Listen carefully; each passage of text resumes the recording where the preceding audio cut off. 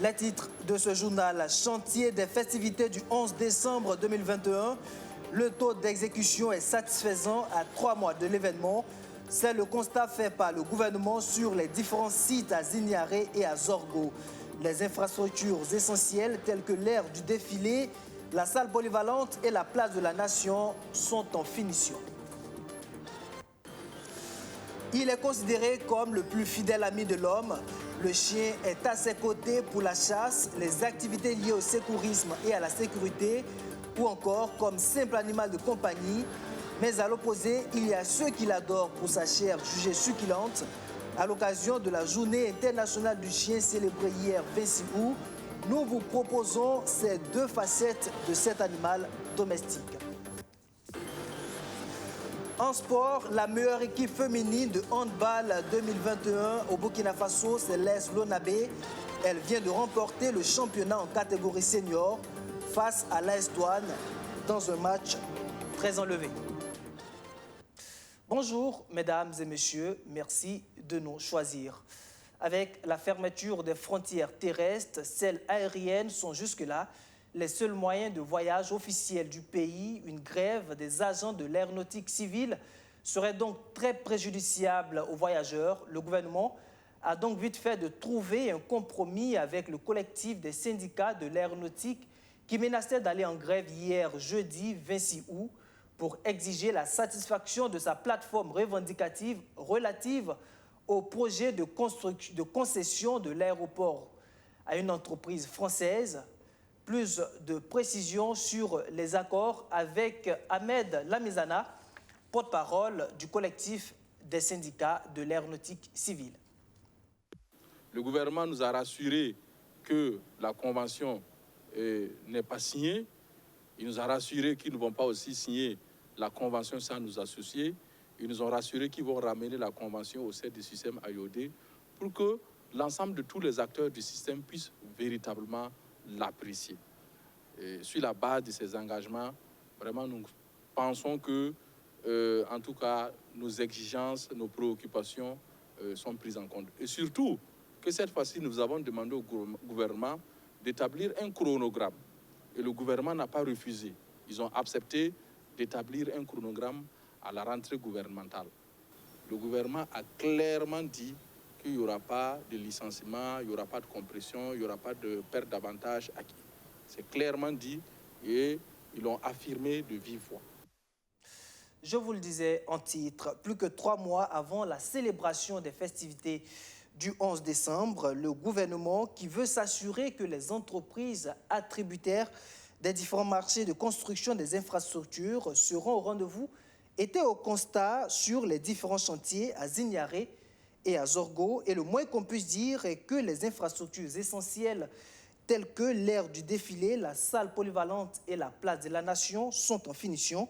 Le bémol, c'est la cité des forces vives qui traîne encore. Le point de la visite avec Maxime Ilboudo et Benjamin Kouane. C'est Zignaré, dans la région du plateau central, qui accueillera les festivités entrant dans le cadre de la célébration du 11 décembre prochain. À 3 mois des festivités, les ministres en charge des infrastructures, de l'habitat et de la décentralisation sont allés s'imprégner de l'état d'évolution des chantiers. De la cité des forces vives à la salle polyvalente, en passant par l'aire du défilé, l'aire de la foire et la place de la Nation, les travaux se déroulent bien dans leur ensemble selon les techniciens. Voilà, ici actuellement nous sommes sur la rue ZI3 où on a déjà on doit bitumer la voie. Nous avons fini la couche de fondation. Nous sommes en train de faire les caniveaux que vous avez constatés, de couler le radier des caniveaux. Et enfin, nous allons attaquer la couche de base et puis faire le bitume. Nous pensons être au rendez-vous et nous serons au rendez-vous. Comme on le disait tantôt, les voiries prioritaires, là, il y a deux rues prioritaires, l'axe du défilé et aussi l'axe de revue des troupes. Et comme vous l'avez constaté ce matin, ces voiries sont pratiquement, je vais dire, elles sont en fondation. Donc, il reste qu'à faire la base et puis faire le revêtement. Donc, ces voiries, normalement, dans un mois, 45 jours tout au plus, seront disponibles. Au niveau de la Cité des Forces Vives, sur une prévision de 687 parcelles à construire, plus de la moitié sont déjà à une phase avancée. Globalement, il reste 274 parcelles sur lesquelles les constructions n'ont pas encore démarré. À ce niveau-là, il est vrai qu'il y a environ 60%, un peu plus de 60% des attributaires qui ont commencé leur construction. Mais beaucoup sont au stade de démarrage. Il y a quand même près de 40% qui n'ont pas encore commencé. C'est pour ça que je disais que c'est à ce niveau-là que nous avons quelques soucis.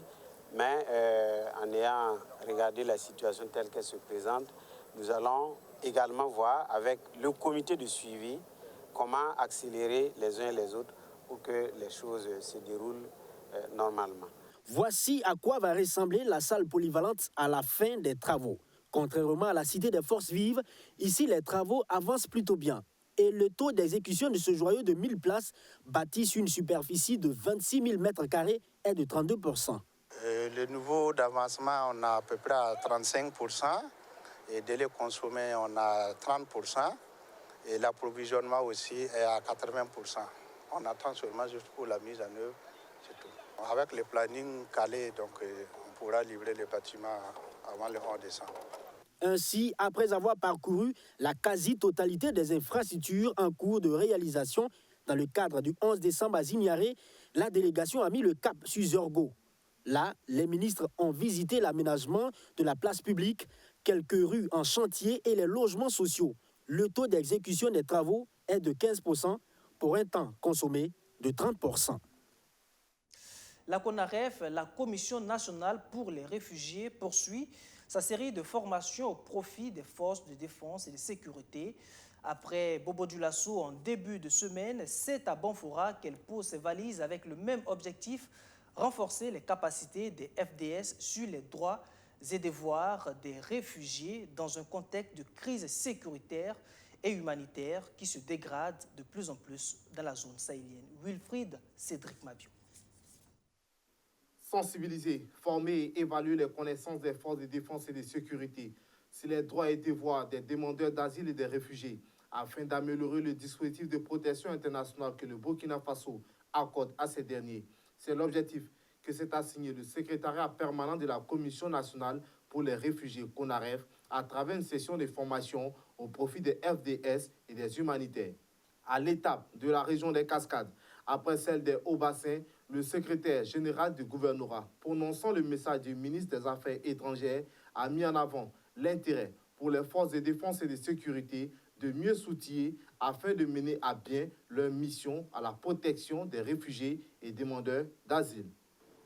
Pour mieux maîtriser ces flux migratoires, il est important que les acteurs clés de notre pays, qu'ils soient sécuritaires, humanitaires et judiciaires, conjuguent leurs efforts pour permettre une meilleure planification des enjeux liés à la question, notamment garantir à ces personnes la protection internationale due à notre pays du fait de ses engagements internationaux.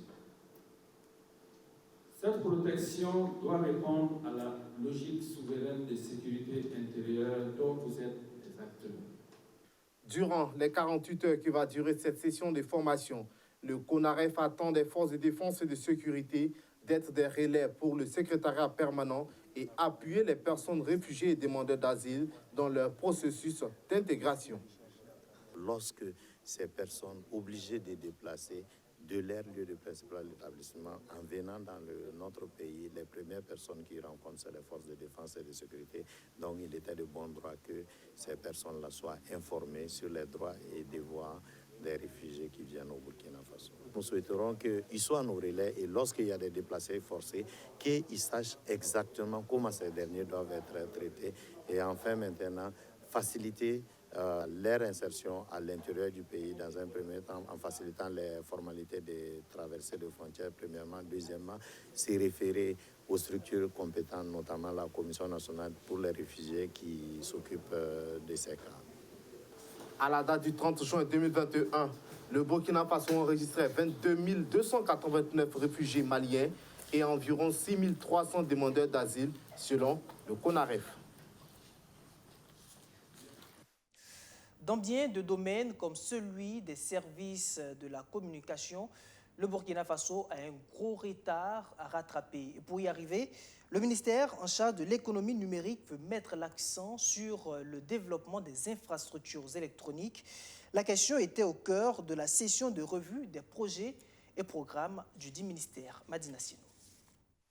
Sur les 5 projets actifs qui constituent le portefeuille des projets et programmes du ministère en charge de l'économie numérique, 3 sont en exécution, 1 en clôture et 1 en démarrage. Des projets qui visent le développement et l'amélioration des services de communication électronique de qualité pour l'État, le secteur privé et les populations. Sur ces 4 projets, il y a 3 projets qui concernent les infrastructures. Donc, on investit dans les infrastructures pour améliorer la connectivité et la bande passante internationale. Donc, c'est le débit Internet qu'on cherche à améliorer. Et il y a un projet qui concerne les services, c'est l'édification d'une administration performante. C'est à travers le projet e-Burkina qui, par le support des TIC, doit permettre à l'administration d'être encore plus efficace. Voilà. Et les autres, c'est ce que vous connaissez, c'est l'investissement à travers la fibre optique, l'investissement à travers des équipements pour améliorer la connectivité Internet dans notre pays. Et justement, pour l'amélioration de la connectivité Internet au Burkina Faso, le département de Adja Fatimata Ouattara mise sur le projet Backbone. À l'instar du projet Backbone, les projets d'appui au développement des technologies de l'information et de la communication PADétique et e-Burkina feront l'objet de revues. Il s'agit ici d'analyser les performances de ces différents projets et programmes au titre du 2e trimestre de l'année 2021. Ce que nous pouvons dire pour ce 2e trimestre, la moyenne des 4 projets dont je vous ai parlé réalise au niveau physique un taux d'exécution qui est satisfaisant, il est au-dessus de 55%. Au niveau financier, nous ne sommes pas tout à fait satisfaits puisque la moyenne des 4 projets, l'exécution financière est autour de 32%. Mais une bonne note, c'est que nous avons constaté qu'au 2e trimestre, il y a quand même eu un bon significatif qui a été réalisé, c'est-à-dire qu'il y a une bonne dynamique qui a été enclenchée, même si le résultat global à la fin est en dessous de nos attentes. Le budget global alloué à ces différents projets et programmes est estimé à plus de 108 milliards de francs CFA. Le taux global de réalisation physique et financière de ces projets est estimé respectivement à 70,9% et 80,06% au 2e trimestre de l'année 2021. À cette session de revue, des recommandations seront formulées en vue de maintenir le cap et relever les défis pour le dernier trimestre de l'année 2021. Place à présent au grand format de cette édition.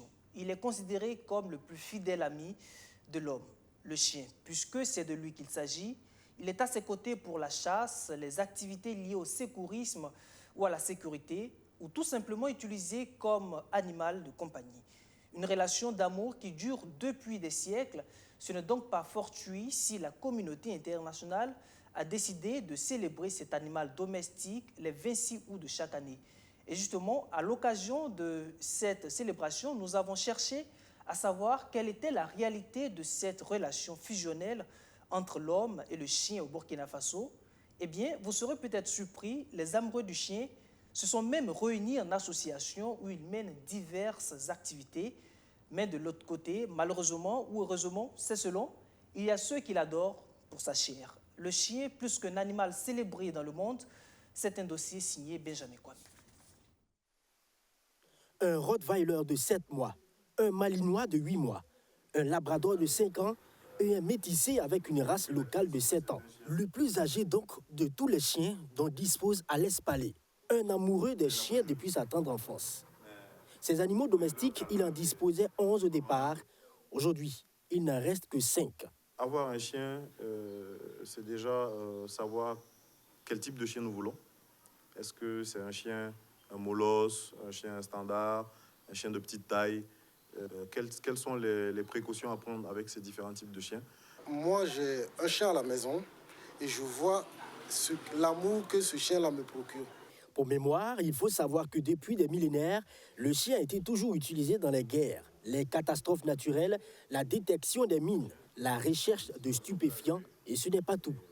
Le chien a donc toujours eu une grande place auprès des humains. Il est d'ailleurs considéré comme le meilleur ami de l'homme, d'où leur commémoration le 26 août de chaque année. Nous, au Burkina, nous avons des races communément appelées races locales, avec le lévrier Azawak qu'on trouve au niveau du nord. La centrale se bat déjà pour que nous puissions avoir la race pure au Burkina, promouvoir déjà notre race locale. Et par la suite, maintenant, tout un chacun de nous a une passion. Clairement, c'est l'amour filial que cet homme a pour ses animaux. Et il n'est pas le seul à exprimer cette passion. Faisal Tietembou en a aussi fait une affaire personnelle. Mais derrière cet amour, il y a aussi un business.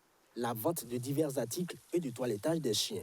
Pour qu'un chien puisse prendre le bain, déjà, il faut que le chien s'habitue un peu à nous. Donc ça veut dire que souvent, on fait des séances d'abord de rencontre avec le chien. On l'a d'abord démêlé, brossé, faire passer le bain, mettre un produit pour bien le blanchir et le séchage. Et après ça, maintenant, on va niveler et puis faire une petite coupe au niveau de la tête. Pour ces nombreux Burkinabés qui pensent que prendre un chien et s'occuper demande beaucoup plus de moyens financiers et de temps, Alès Palais n'est pas contre, mais donne aussi sa position. Dans nos villages, nous avons les moyens de nous occuper de nos chiens.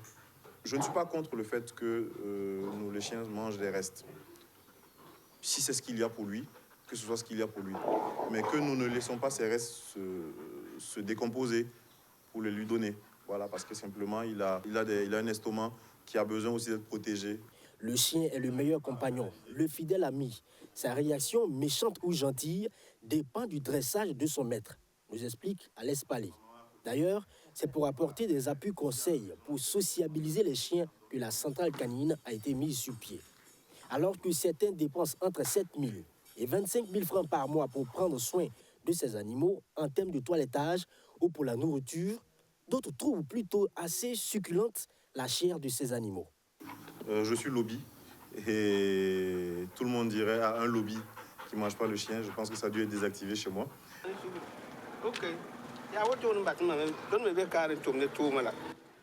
Je vends la viande de chien depuis mon jeune âge.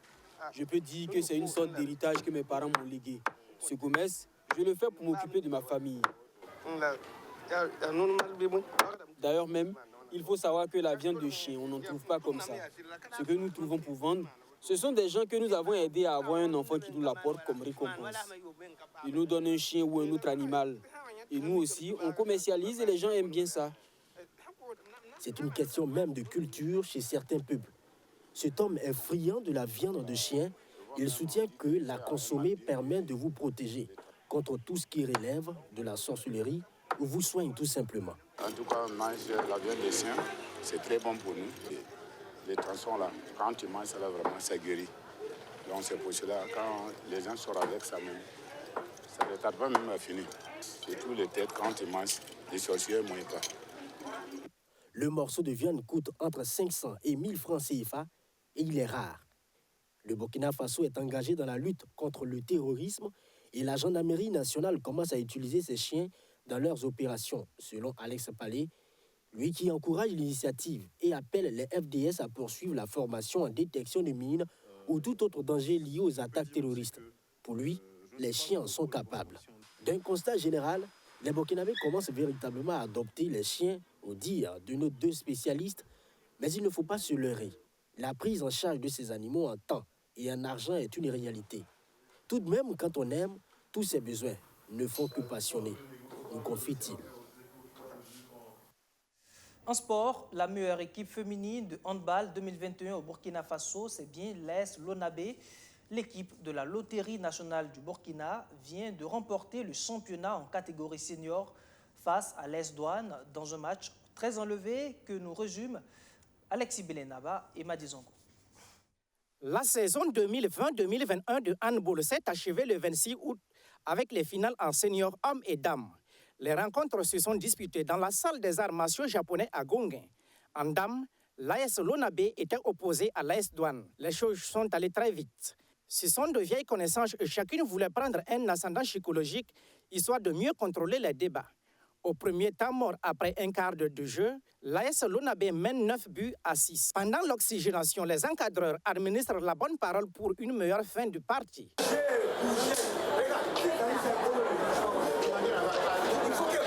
Les 30 dernières minutes verront les Gabelous s'éteindre à petit feu. Le problème était une défaillance physique. Les raisons avec le coach Boukari Tchendrebeogo. C'est vrai que ça n'a pas donné comme on le voulait. Mais nous-mêmes, on savait que, elle ne pouvait pas faire mieux que ça, vu l'effectif, vu la qualité des joueurs qu'on a en main. C'était un peu compliqué. C'est vrai, on a tenu le coup durant les phases de ligue, jusqu'à la sortie première de la ligue. La petite venant en mangeant, on était en tout cas confiant qu'on allait pouvoir en tout cas retourner la situation. Malheureusement, ce n'a pas été le cas. 38 buts à 27 en faveur de l'AS Lonabé est le score final à la grande joie de sa capitaine Amal Lamoukri. Très émue parce que ça fait maintenant 2 ans qu'on s'entraîne et il n'y avait pas de compétition à cause de la Covid. On est vraiment heureuse, très très très heureuse.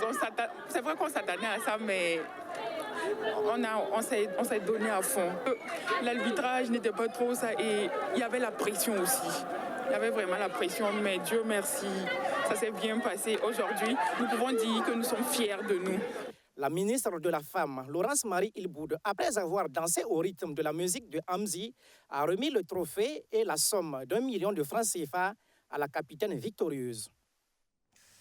Actualité internationale à présent, le bilan du double attentat qui a eu lieu hier à l'aéroport de Kaboul en Afghanistan s'est alourdi.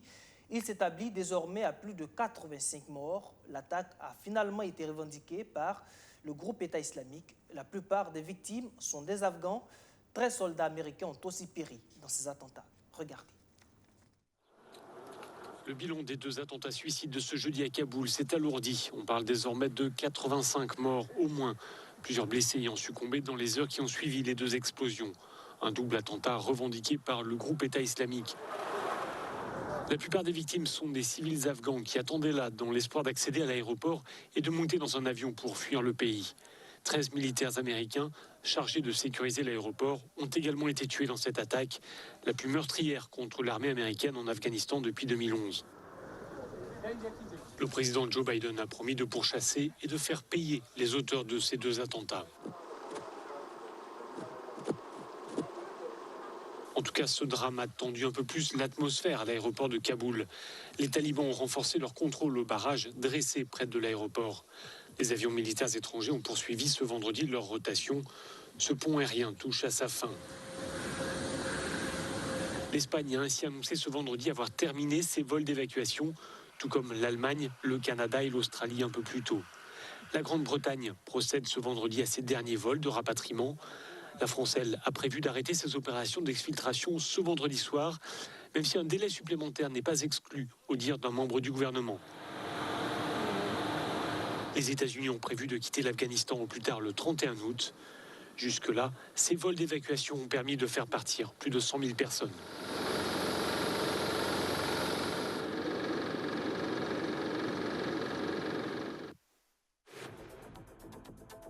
De cette édition. Merci de nous avoir suivis.